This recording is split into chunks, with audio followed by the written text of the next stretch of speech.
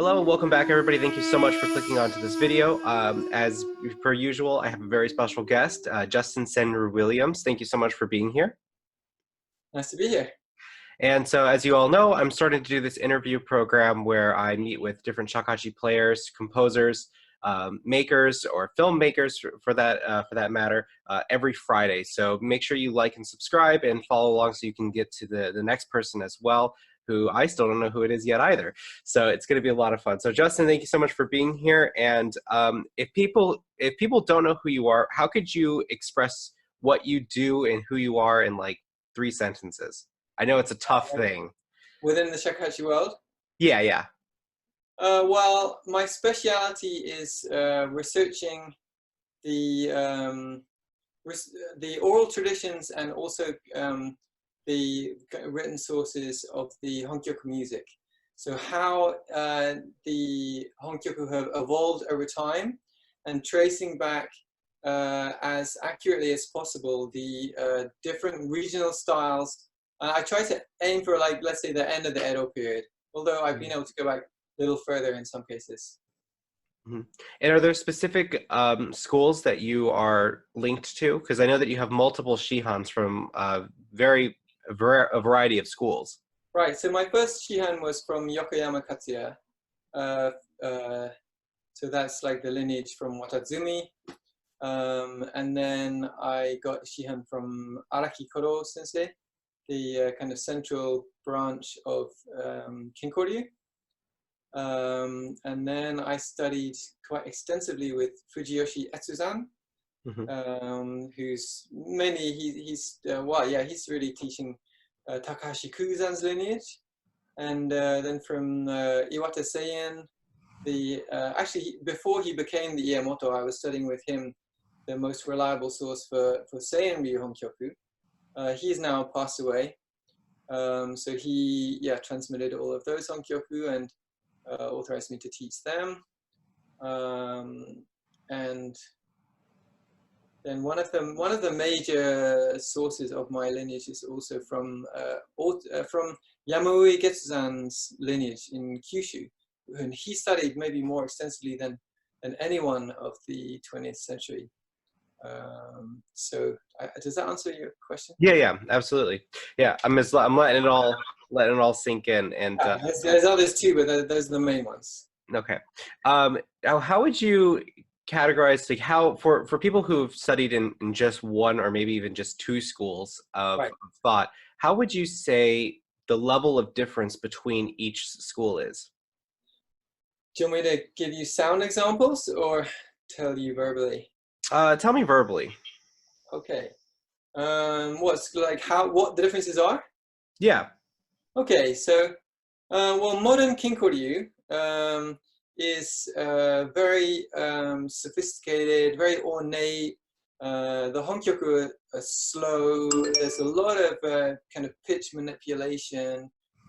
It's very much focuses on like the kind of refinement of how to go from one note to another. Like, you know, sometimes before you go down, you go up, or a lot of very, very refined techniques. In Kinpuryu in the far north, they say there's like 2 main characteristics. There's the komibuki, like a ha, the kind of pulsating breath, and chigiri, like a tsuro, that kind of thing. But I would characterize that style also by, it kind of has like almost like a martial kind of samurai spirit. It's very kind of straightforward and but you get that in I think you get that in a lot of the older Honkyoku. Like in 20th century, there's throughout history actually there's been a big slowing down of the music. But let's say, for example, in Taizan's school, Higuchi Taizan's school, you could call it Taizan Ryu or Myowan or Taizan Ha, or so many different names. But their tuning is quite different than it used to be, and it's kind of quite light and slow. But go back to one of Taizan's early students, Miyagawa Nyozan, and we have some recordings of him. And again, he's like really powerful, like so it's very dynamic and fast. which to me kind of relates not through lineage, but in kind of by attitude to that older Kinpuryu style as well.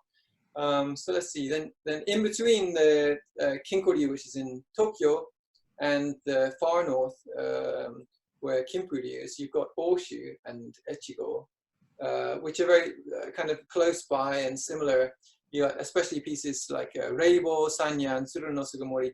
They're very, very ornate, but not in the way Kinkoryu is. There's a lot of ornamentation. Like, so you've got you don't blow hard in that. You've got like quite a soft breath, and whereas in Kinkoryu you've got Yuri, and in the far north you've got this pulsing. Geographically in between, you've also got, even in terms of technique, you've got something in between. You've got like a it's difficult to say any other language, but you've got this kind of wah wah wah wah wah. It's different ways to produce that, but how else can I explain? Yeah, and they talk about like the rolling hills. It's kind of like really characterized by this gentleness but ornateness. And then so we've got the far north, we've got Oshu, we've got Kinkoryu in Tokyo, and then when we go down to Senryu, it's a very straightforward style. They talk about bobuki, like a kind of straight breath. So like tsure re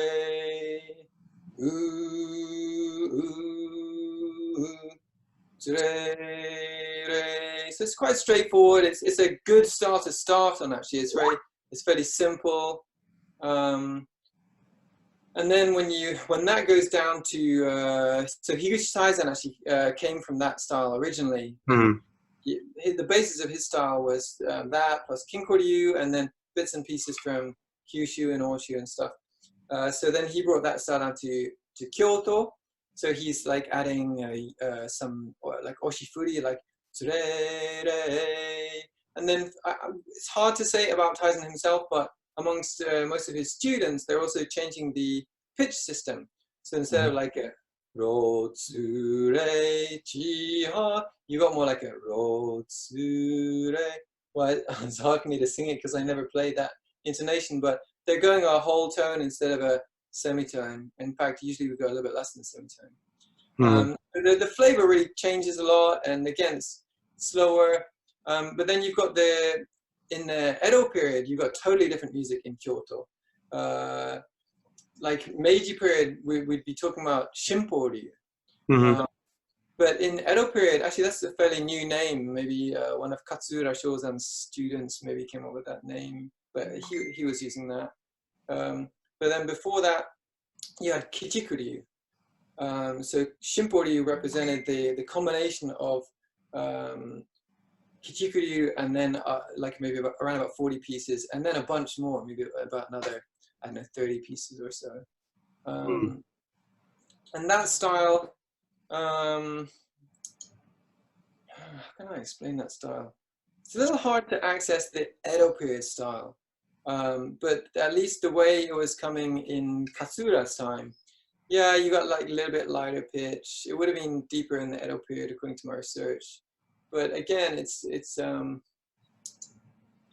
But that's really actually quite interesting, though, that the pitch has actually raised over time, because we've also done that in the Western world. And so it's kind of interesting that there is that parallel. Well, I think what you're talking about there, maybe it's like A at 440 nowadays, right? Or even in Japan, Germany, sometimes 442, and you know, back in the old days it was lower. So you've got the entire system shifting up, whereas in Shakuhachi music, you've got the we're talking about relative pitches here. So you've got the smaller intervals. Again, I could yeah, like the quarter tone, the tsumeri is the tsudaimeri is a lot deeper than the modern ones that we use. 25 cents deeper than it would be on an equal temperament. So about 75 cents interval. But it's really difficult. So I'll give you an example. Of all the schools I've studied, the very most strict in terms of pitch in the way they teach was Yokoyama Katsuya School.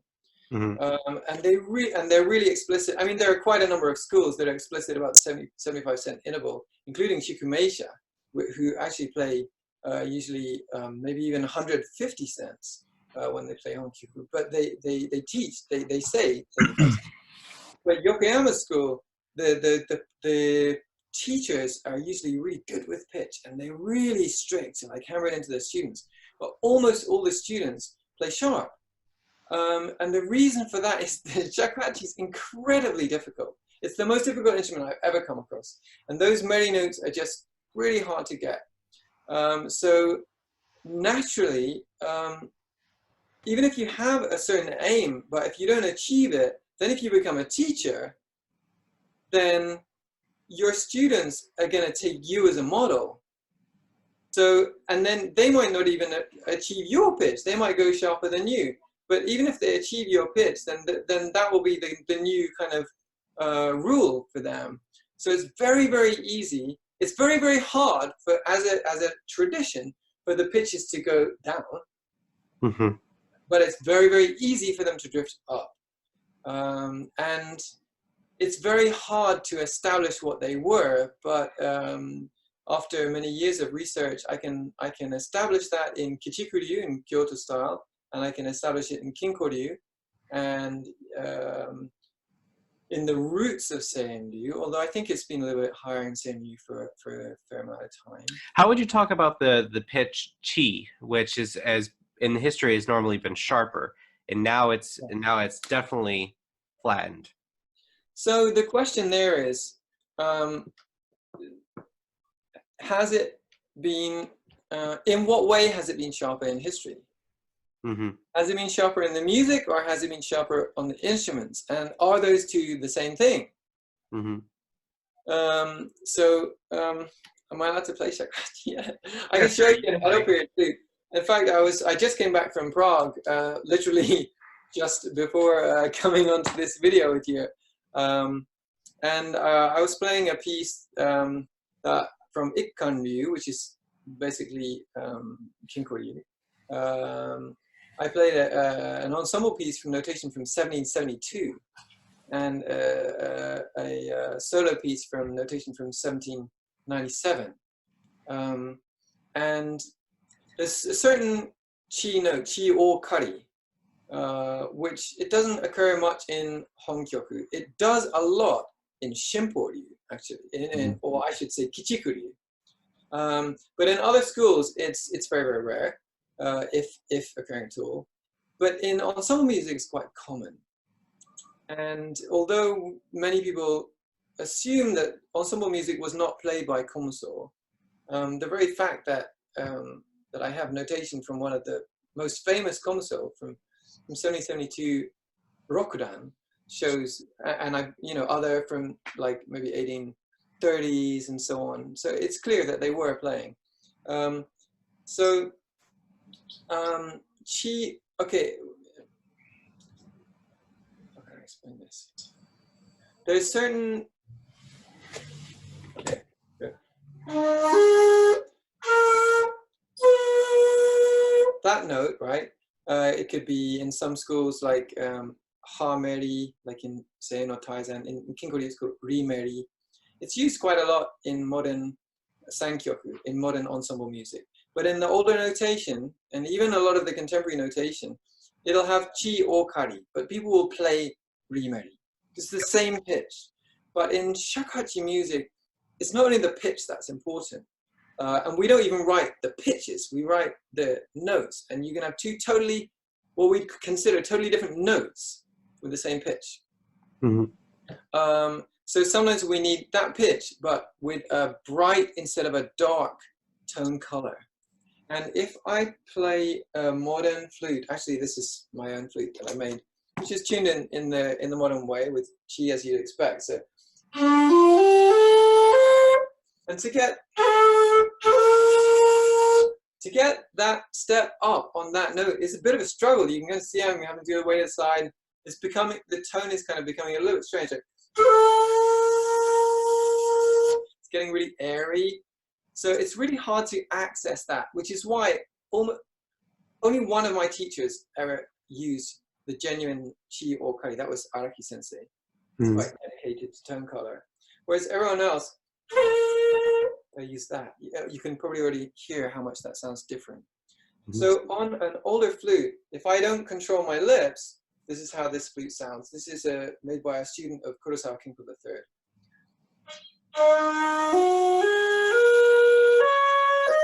Hear that? She's really sharp. From there,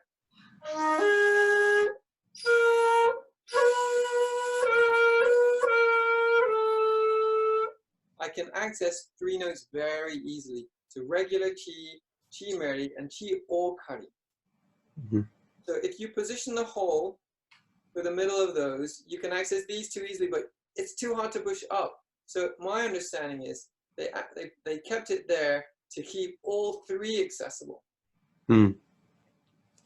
Yeah, it's very interesting. And you know, actually I still use chi okari in some. Oh, fantastic. I'm so happy to hear that. So I actually in which genre? so it's still Kinko Ryu, or actually ensemble music or so the piece is the Kumoi Jishi. So I learned, so, but technically, you know, like I always use the school name of Kinko Ryu, but I'm actually still part of the you know, Watazumi lineage with Yokoyama. And yeah. They have there's only maybe 2 Kinko Ryu pieces in the repertoire, but they do consider themselves Kinko Ryu, I guess, because Yokoyama Sensei's father, Yokoyama Rampo, was Kinko Ryu. Interestingly enough, Kumoi Jishi came into Kinko Ryu, into part of Kinko Ryu, like the Chikuyusha's Kinko Ryu repertoire, in the 20th century. Do you want to hear a story about that piece? Yeah, sure. So it was in Kyushu. I think it may have even been Kawasu Junsuke, who was in Kyushu, and there was a koto player who had learned this piece from, I guess, some komuso at some stage. But then the piece had been lost to the Shakuhachi community. It was no longer being transmitted. But it was preserved by this koto player. And I'm not exactly sure if it was Kawasu Junsuke, but perhaps him, who then learned it from the koto player and brought it back into the Shakuhachi repertoire. And so that's how it got into his branch of Kinko Ryu. It's really interesting. Yeah. But so I have Jin Nyodo's notation of it, and in that notation it asks for the Chiokatee. And so I also have Taniguchi's, and I have somebody else's notation as well, which they're asking for the Metis. So yeah. In Yokoyama school as well, it's usually remeri. Yeah, and I get the colorations of it, but I do actually prefer the sound of the Metis in general because I like the dynamic changes. That I like how much more color differentiation there is for it. So there are a few that I actually skip, and I do the Metis when I feel appropriate. Yeah, sure. But it's a, you know, the Chiokatee is a very interesting sound now because we're using modern flutes. Yeah, true. I wonder if I can. Oh, my papers are in a bit of a disarray, but I maybe. If you scan it to me, I can put a little thingy somewhere around here. Because there are different keys, so it's partly depending on which key you're in. So maybe in Akebono Choshi, we'd maybe usually be using remeri, I guess. Yeah. In to be honest, my brain is a bit fried from the lack of sleep working in Prague for the last 10 days. But I'll try and get to you some more information about which key Chiokatee would be especially valuable. So let's move on to some of the flutes that you make and where you studied flute making. Yeah. What do you want to know? Okay, so what got you into flute making in the first place? I've always loved making things, like since I was a kid, you know. So it's kind of natural for me to. In fact, the first shakuhachi I ever played was one that I made. I studied gongxiao a little bit in China while I was still having the wish to study shakuhachi. But it's like, okay, well, I'm in China. I'm an ancestor of it. A plastic one of those modeled on the bamboo one I had. So when I came to England, and I finally settled down, stopped traveling for a while, made one. But then when I went to Japan, I stayed with Tom Deaver. I worked for him for like a month, picking blueberries. and he was a maker. So yeah, he was generous enough to share some of his skills with me. And basically, I was thinking, wow, shakuhachi is so expensive. And up until then, I've been living like in caves and forests in India, and I didn't really have that much money.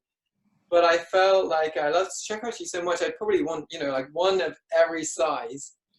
Um, and if I can barely afford one, like it's pretty clear that I'm gonna have to become a maker.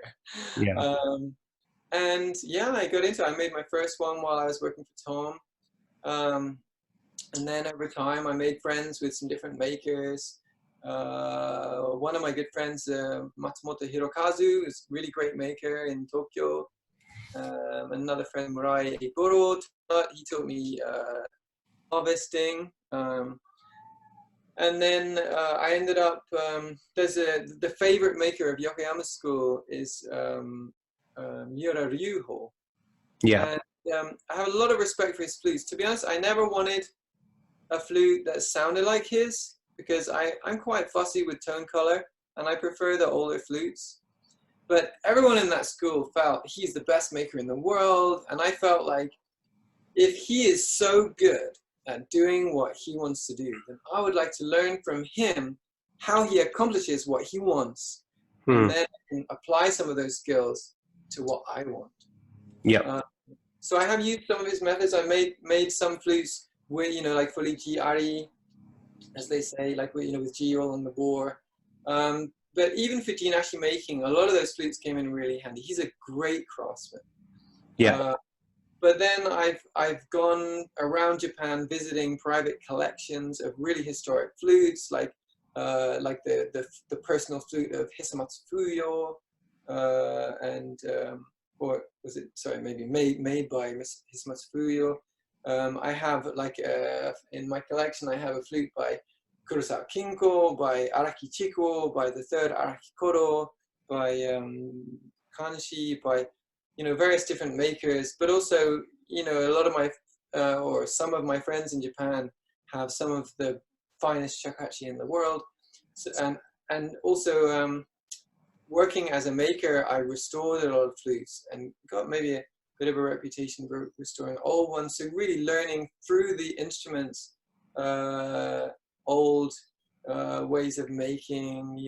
Even sometimes you can, if you look enough over time, you can even start to kind of see what tools they were using by looking inside.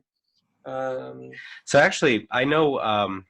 I actually know that Miura Ryuho. I know where he gets his bamboo from. Right. Yeah. He actually gets it from my maker. Oh, cool. He makes all my flutes.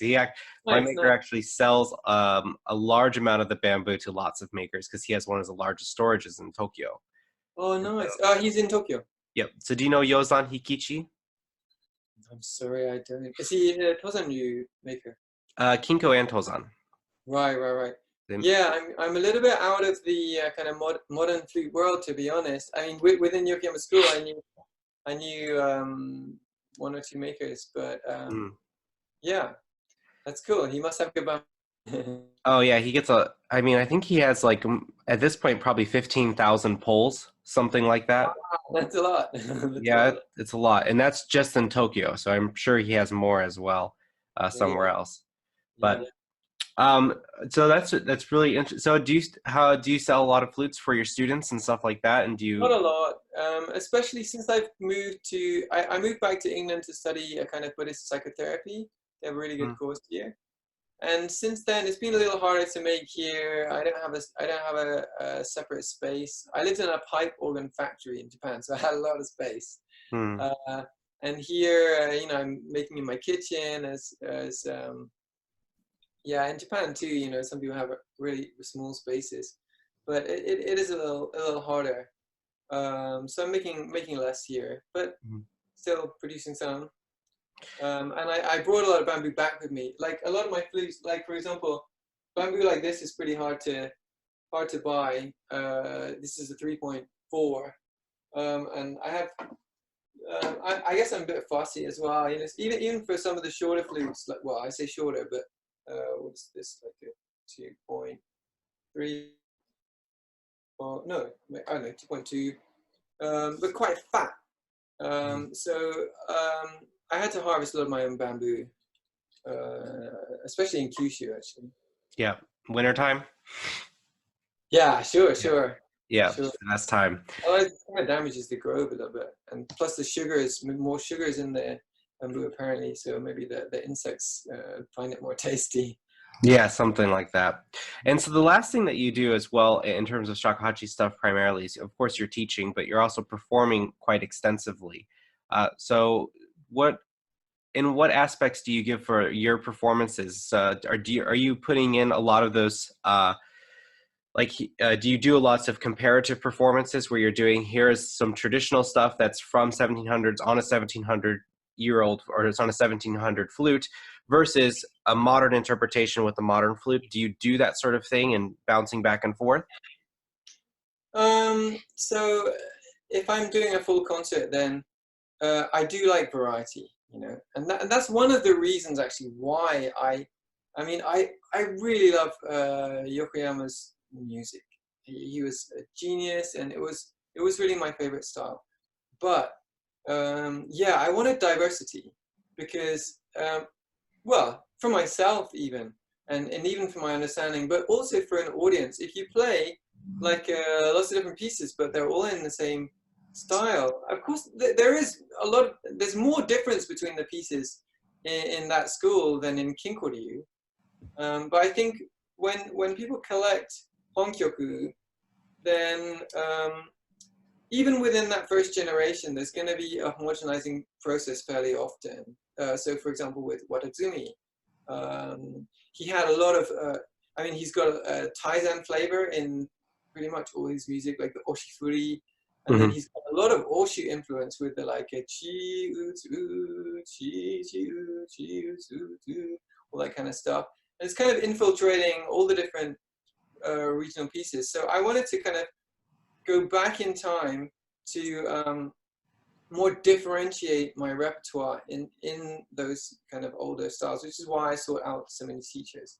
So yeah, that's what I'll tend to play a piece maybe from each place. In terms of history, in a way that scatters you a little bit through history. Like Kinpuryu, it's really hard to go back anything before Meiji period. Like there's not even any notation before the Meiji period. But I will include also some of Yokoyama style pieces, which the more modern style, very, very beautiful. So yeah, there'll be a bit of a spread there. But it's only this year that I've gone as far back as the 1700s. That took years of research. So yeah, I wanted to present something a bit special for Prague this year. It's a special event, so it deserves some special music. Yeah, what I really want to, when I ever want to find old music or stuff like that, it's always great to just go to Ocha no Mizu in Tokyo and go to the old school bookstores, and it's really, really fantastic because you walk through and you see a case and you ask the bookkeep what is this book and where is it from, and they said, oh, this is just a diary entry from 1500, just a diary entry. But like for Americans especially, our country is so young, so 1500s is like it's like a prehistoric period for us. Yeah, I grew up in a house in the 1500s. So and with Japan, 1500, they mean they're already in like late age of development. This is middle of Sengoku period going into Edo. So, but for Shakuhachi though, it's actually pretty hard to get one's hands on Edo period notation, and I think this is the only notation that I know of from the 1700s. It took me several years of building a relationship with a particular person before I even got to know of this notation's existence. So yeah, that particular one's pretty rare.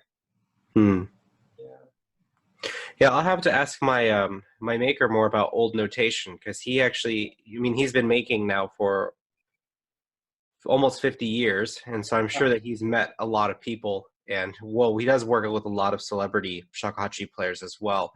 So I'm sure that he has connections to do that. So if I find out anything For more, I something will that I haven't got, like I'd love to hear about it for yeah, sure. I'll send you some stuff as But if well. you're interested have you ever been to Komusoken Kyukai? No, I have not. Hosshinji Temple in Tokyo. It's a really great place, and the abbot Kosuke Osho, he's really nice guy, super knowledgeable, like one of the most knowledgeable people in about Honkyoku, about shakuhachi in general. And like every year they'll have a gathering, like Honkyoku gathering, where everyone from any school is welcome to come, and you can all play in front of the temple. They've got some of the artifacts from the old Tokyo Fuke temples. They've got a Hmm. really great library. So if you're interested in old notation and old books and old artifacts, like that is the best place to go. And he's a wonderful man. Hmm. And please send him my regards when you see him. Yeah. So you've traveled extensively throughout the world, and I want to ask you, how many languages do you speak? Oh no, unfortunately, I'm not so good linguistically. I mean, I speak English fairly well, a little bit of Japanese and a little bit of Tibetan, and that's about it, really. Hmm. Well, Justin, thank you so much for hanging out for a little bit. You're I'll welcome. have Nice this to up. meet you. Yeah, likewise. So we'll upload this, and I'm looking forward for everybody else to get their reactions, their comments, and of course, looking forward to speaking with you again. Sure, yeah, contact me anytime, and happy to share. I love Shakuhachi, and I love sharing about it. So, Awesome. All right, Justin, take care. all right, see you later.